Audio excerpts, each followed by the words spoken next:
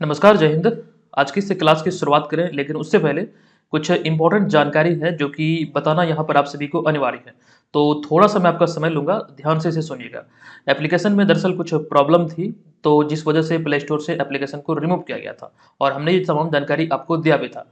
लेकिन अब पुनः से हमारा एप्लीकेशन प्ले स्टोर पे लाइव हो चुका है, लेकिन यहाँ पर एक दिक्कत ये है कि जो प्ले स्टोर आईडी था वो चेंज हो चुका है। तो आप लोगों को करना क्या है, मैं आपको बता दूँ, इसमें जो अपडेट आई है एप्लीकेशन में, तो ये नए वाले कह सकते हैं प्ले स्टोर के आईडी पर आई है। आप लोग कीजिए कि पुराना एप्लीकेशन जो आप लोग अभी चला रहे हैं बीएम ऑनलाइन लर्निंग वाला, आपको क्या करना है कि इसे जो आपके फ़ोन में जो है उसे वहाँ से अनइंस्टॉल कर दीजिए, यानी कि हटा दीजिए, एक प्रकार से डिलीट कर दीजिए।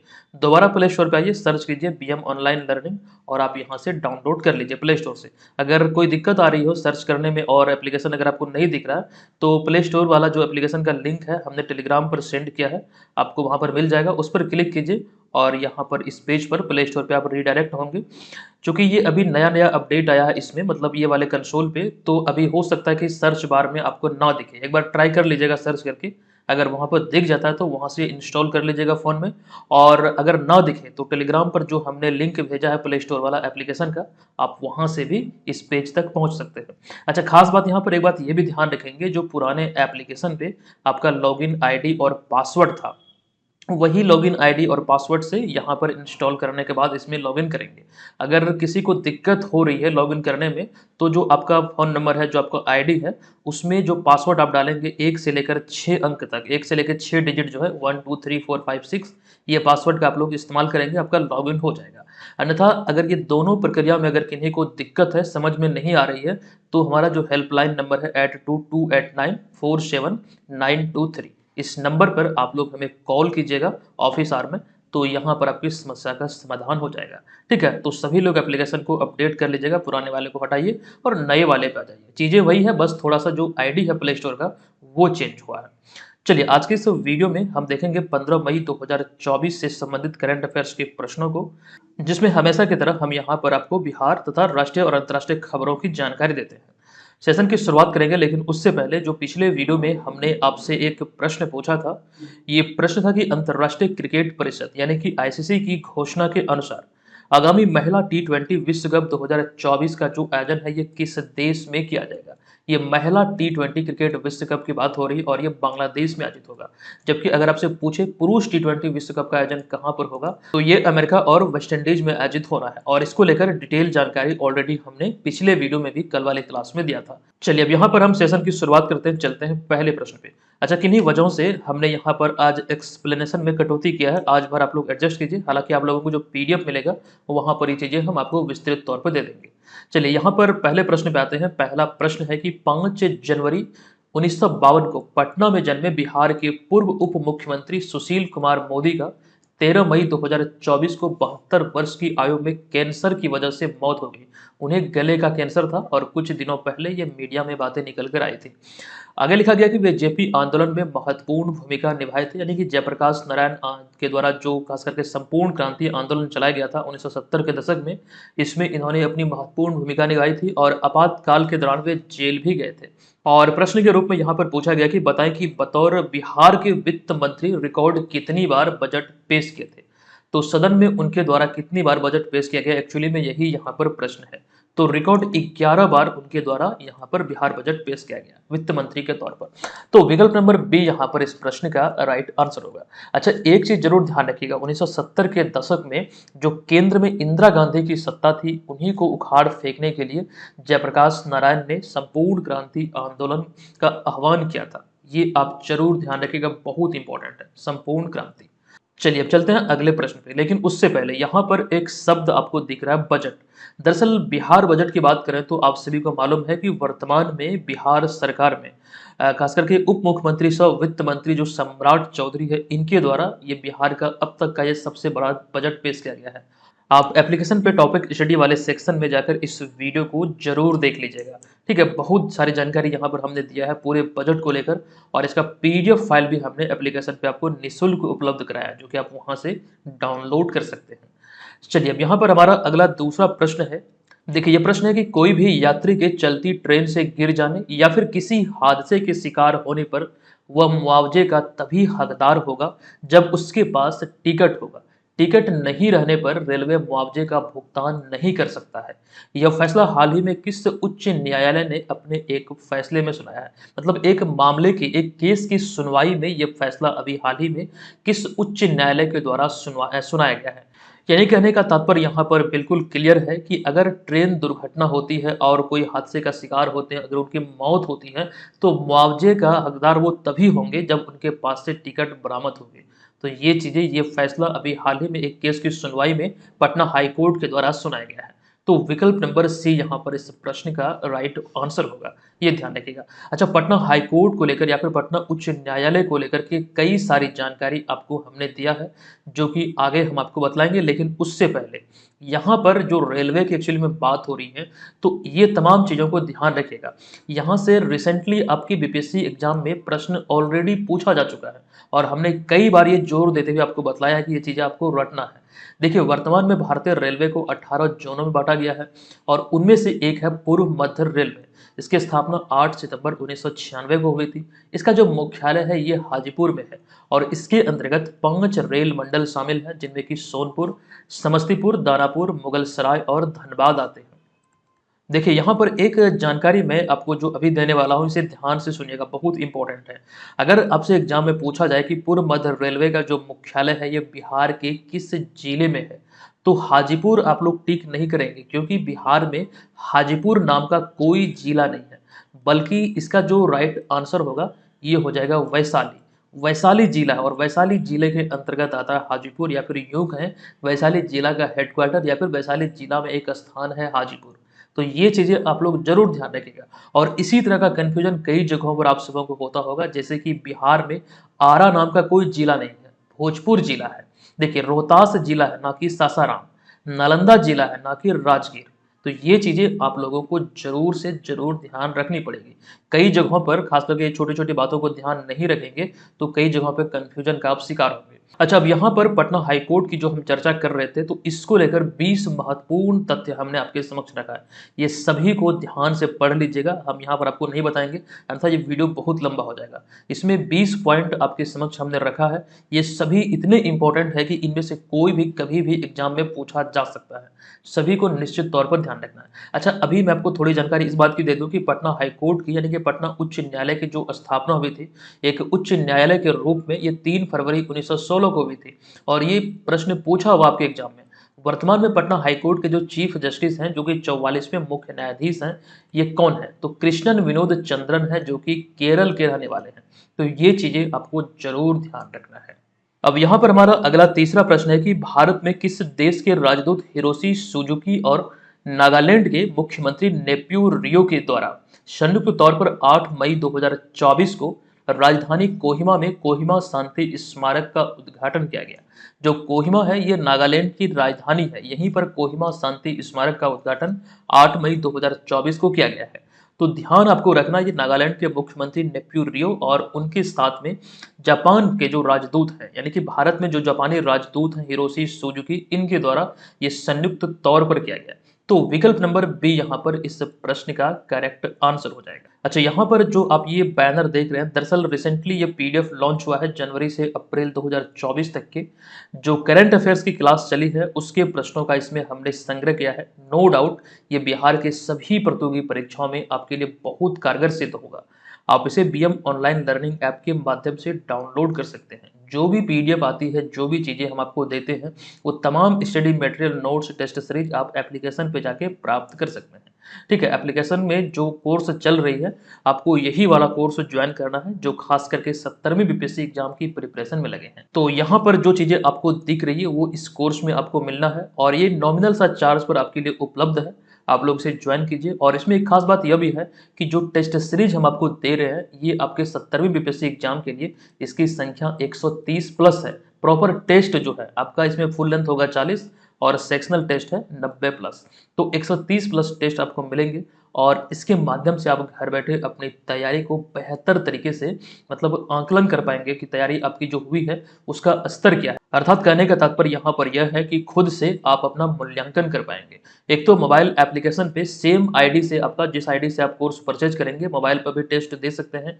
अगर आपके पास पीसी कंप्यूटर है तो उसी सेम आईडी से vkcmaker.com जो हमारा वेबसाइट है उस वेबसाइट के थ्रू आप इन सारे चीज़ों का वहाँ पर भरपूर लाभ उठा पाएंगे। तो वही चीज़ें वहाँ पर भी वेबसाइट पर भी आपको मिल जाएगी।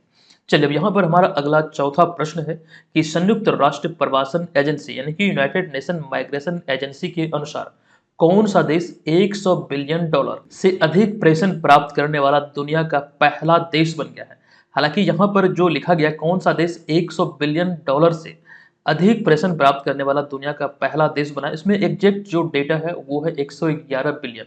आपको यहाँ पर इस बात का ध्यान रखना है। पहले तो ये मैं बता दूं आपको कि इसका जो करेक्ट आंसर ये है विकल्प नंबर ए, यानी कि 100 बिलियन का जो खास करके प्रेषण का जो आंकड़ा है ये पार करने वाला दुनिया का पहला देश बना है भारत। अब यहाँ पर कि इसका जो ये जो शब्द लिखा गया इसका सेंस क्या है। दरअसल इसे आसान भाषा में समझिएगा कि भारत के बाहर अन्य जो देशों में या फिर यूं कहें जो जो भारतीय प्रवासी जो अलग अलग जगहों पर रह रहे हैं उनके द्वारा भारत में जो उनके सगे संबंधी दोस्त परिवारजन जो भी लोग रहते हैं वहां से विदेशों से जो पैसा भेजा जाता है उन्हें यहाँ पर भारत में, तो इस मामले में 100 बिलियन डॉलर का जो आंकड़ा है वो पार करने वाला भारत अपना दुनिया का पहला देश बना है। तो यही एक्चुअली में हमने प्रश्न आपसे पूछा था। तो भारत इसमें पहले स्थान पर है, दूसरे स्थान पर मैक्सिको और तीसरे स्थान पर है चाइना और चौथे स्थान पर वर्तमान में है फिलीपींस। तो ये क्रम यहाँ पर जरूर ध्यान रखिएगा। उसके बाद चलते हैं अगले प्रश्न पे। 10 मई 2024 को दोहा कतर में आयोजित दोहा डायमंड लीग में भारत के स्टार खिलाड़ी नीरज चोपड़ा ने कितने मीटर के अपने सर्वश्रेष्ठ थ्रो के साथ सिल्वर मेडल जीता है। ठीक है, तो नीरज चोपड़ा जो कि हरियाणा के रहने वाले हैं, गोल्डन बॉय के नाम से इन्हें जाना जाता है। अच्छा, जो प्रश्न पूछा गया है कि दोहा कतर में जो आयोजित हुआ दोहा डायमंड लीग इसमें जो इनका सर्वश्रेष्ठ थ्रो रहा ये 88.36 मीटर का रहा और वे दूसरे स्थान पर रहे जिससे उन्हें सिल्वर मेडल यानी कि रजत पदक से संतोष करना पड़ा। नेक्स्ट छठा प्रश्न है कि 10 मई 2024 को अरब देशों ने संयुक्त राष्ट्र संघ कि जनरल असेंबली में किसे संयुक्त राष्ट्र का सदस्य बनाने का प्रस्ताव रखा था। यह प्रस्ताव अरब देशों के द्वारा रखा गया था जिसे भारत समेत कुल 143 देशों का समर्थन मिला। हालांकि अमेरिका, इजराइल और इसके साथ कुल मिला के समेत 9 देश जो हैं, मतलब अमेरिका, इजराइल समेत 9 देशों ने इस प्रस्ताव का विरोध भी किया था। ये एक्चुअली में यहाँ पर प्रश्न पूछा गया है। तो इसका जो करेक्ट आंसर होगा ये होगा विकल्प नंबर बी यानी कि फिलिस्तीन। फिलिस्तीन को संयुक्त राष्ट्र का सदस्य बनाने का प्रस्ताव था जिसे कि 143 देशों का समर्थन मिला था और अमेरिका, इजराइल समेत कुल 9 देशों ने इसका विरोध भी किया। तो विकल्प नंबर बी यहाँ पर इसका करेक्ट आंसर हो जाएगा। उसके बाद यहाँ पर हम चलेंगे अगले प्रश्न पे। हमारा अगला होगा 7वां प्रश्न कि नेपाल के मशहूर पर्वतारोही कामी रीता शेर्पा जो कि 54 वर्ष के हैं, ये माउंट एवरेस्ट पर सर्वाधिक कितनी बार चढ़ने का रिकॉर्ड बनाया है, एक नया रिकॉर्ड बनाया है। तो ये अभी चूंकि बहुत ज्यादा खबरों में है, नेपाल के एक पर्वतारोही है और इनका नाम है कामी रीता शेर्पा जो कि 54 वर्ष के हैं। आपको ध्यान रखना है कि अभी जो इन्होंने इस पर चढ़ाई की है एवरेस्ट पर ये 29वीं बार किया है। तो विकल्प नंबर डी यहाँ पर इस प्रश्न का राइट आंसर होगा। अच्छा, माउंट एवरेस्ट को के फतह को लेकर, माउंट एवरेस्ट पर चढ़ने को लेकर के कुछ समय पहले हमने डिटेल जानकारी एकदम से विस्तृत तौर पर आपको दिया था, आपको मालूम होगा। ठीक है, चलिए अब यहाँ पर हम आ चुके हैं अगले 8वें प्रश्न पे।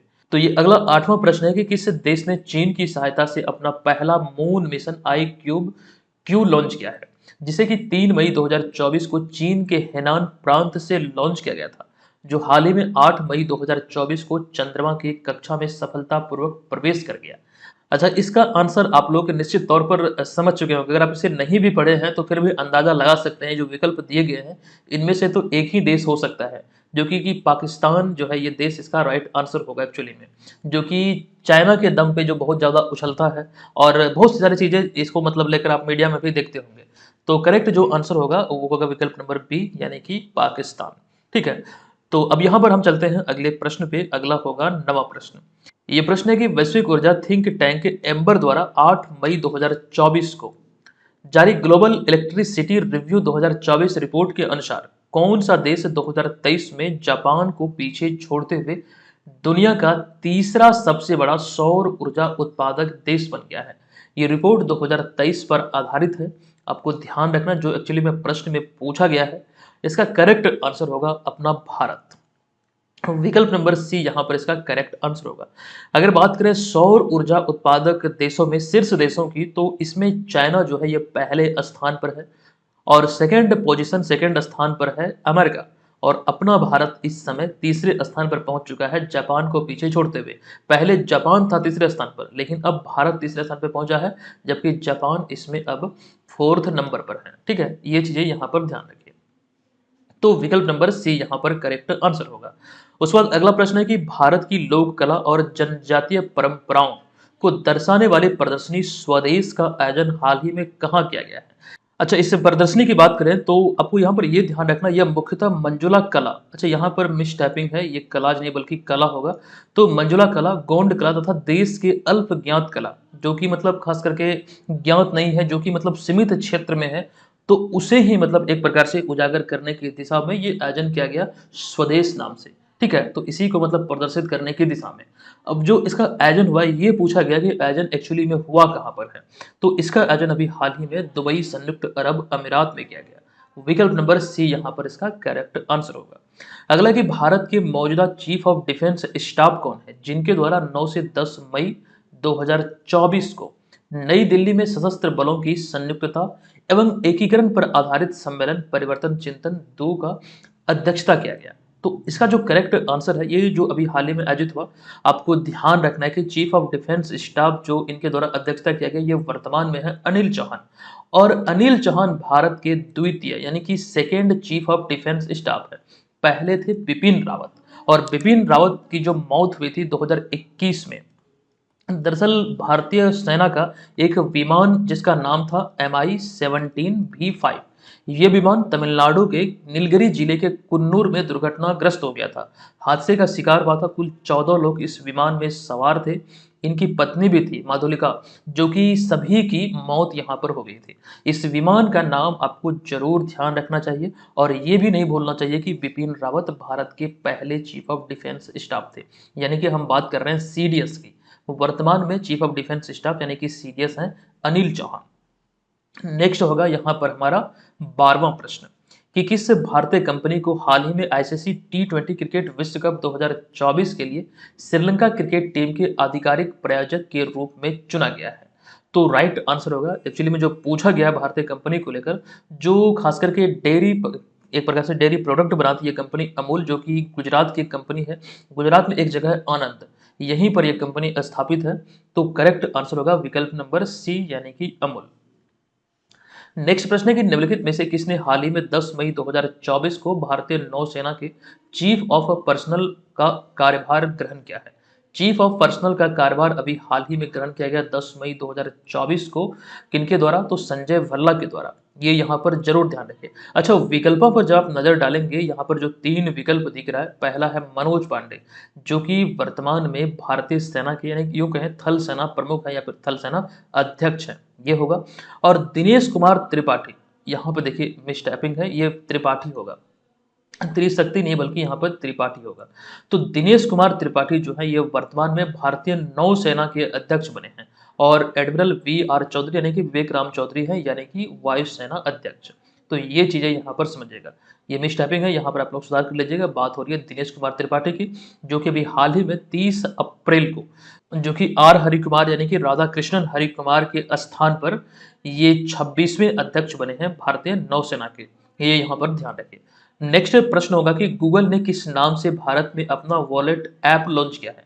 हालांकि यह ग्लोबल मार्केट में पहले से ही मौजूद है। तो इस एप्लीकेशन को जो लॉन्च किया गया, इसका नाम है गूगल वॉलेट। तो विकल्प नंबर ए यहाँ पर इसका करेक्ट आंसर होगा। नेक्स्ट प्रश्न है कि न्यूजीलैंड के दिग्गज बल्लेबाज कॉलिन मुनरो और किस देश के तेज गेंदबाज जेम्स एडरसन ने अंतरराष्ट्रीय क्रिकेट से संन्यास लेने की घोषणा किया है। अच्छा, क्रिकेट से संन्यास को लेकर पहले भी कई बार प्रश्न एग्जाम में प्रत्यक्ष तौर पर पूछे गए हैं, तो इसको हल्के में बिल्कुल मत लीजिएगा। तो एक्चुअली यहाँ पर जो अभी 2 खिलाड़ियों ने संन्यास की घोषणा की, एक तो न्यूजीलैंड के कॉलिन मुनरो के द्वारा, और साथ ही साथ यहाँ पर अगला जो है ये किस देश के तेज गेंदबाज जेम्स एडरसन।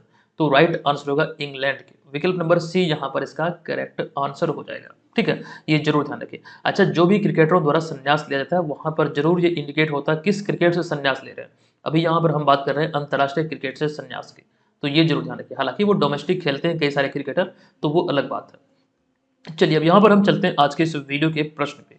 ये प्रश्न है कि निम्नलिखित में से किस देश ने हाल ही में थॉमस कप और उबेर कप 2024 का खिताब जीता है। ये जानकारी ऑलरेडी हमने आपको दिया है, आपको इसका आंसर करना है कि इसका राइट आंसर क्या होगा। चलिए मिलते हैं हम नेक्स्ट वीडियो में, तब तक के लिए धन्यवाद, जय हिंद। अच्छा, जो जानकारी हम आपको एप्लीकेशन के बारे में दे रहे थे कि प्ले स्टोर पे सर्च कीजिए, अगर सर्च करने के बाद नहीं आ रहा रिजल्ट तो लिंक के थ्रू, जो कि हमने टेलीग्राम पर सेंड किया वो लिंक के थ्रू भी आप एप्लीकेशन तक पहुंच सकते हैं प्ले स्टोर पर, और वहां से चीज़ों को बेहतर तरीके से प्राप्त कर सकते हैं। और ख़ास बात एक यह है कि जो चीज़ें हमने आपको बतलाया था कि एप्लीकेशन जो पुराना वाला है आपके फ़ोन में उसे डिलीट कर दीजिए, उसे हटा दीजिए, दोबारा से इंस्टॉल कीजिए और स्वयं लॉगिन पासवर्ड से लॉगिन कीजिए। और साथ ही साथ आप हमारे वेबसाइट जो कि यहाँ पर आपको दिख रहा है bpscmaker.com, इसके माध्यम से अपने पीसी, कंप्यूटर आदि पर आप टेस्ट भी दे सकते हैं।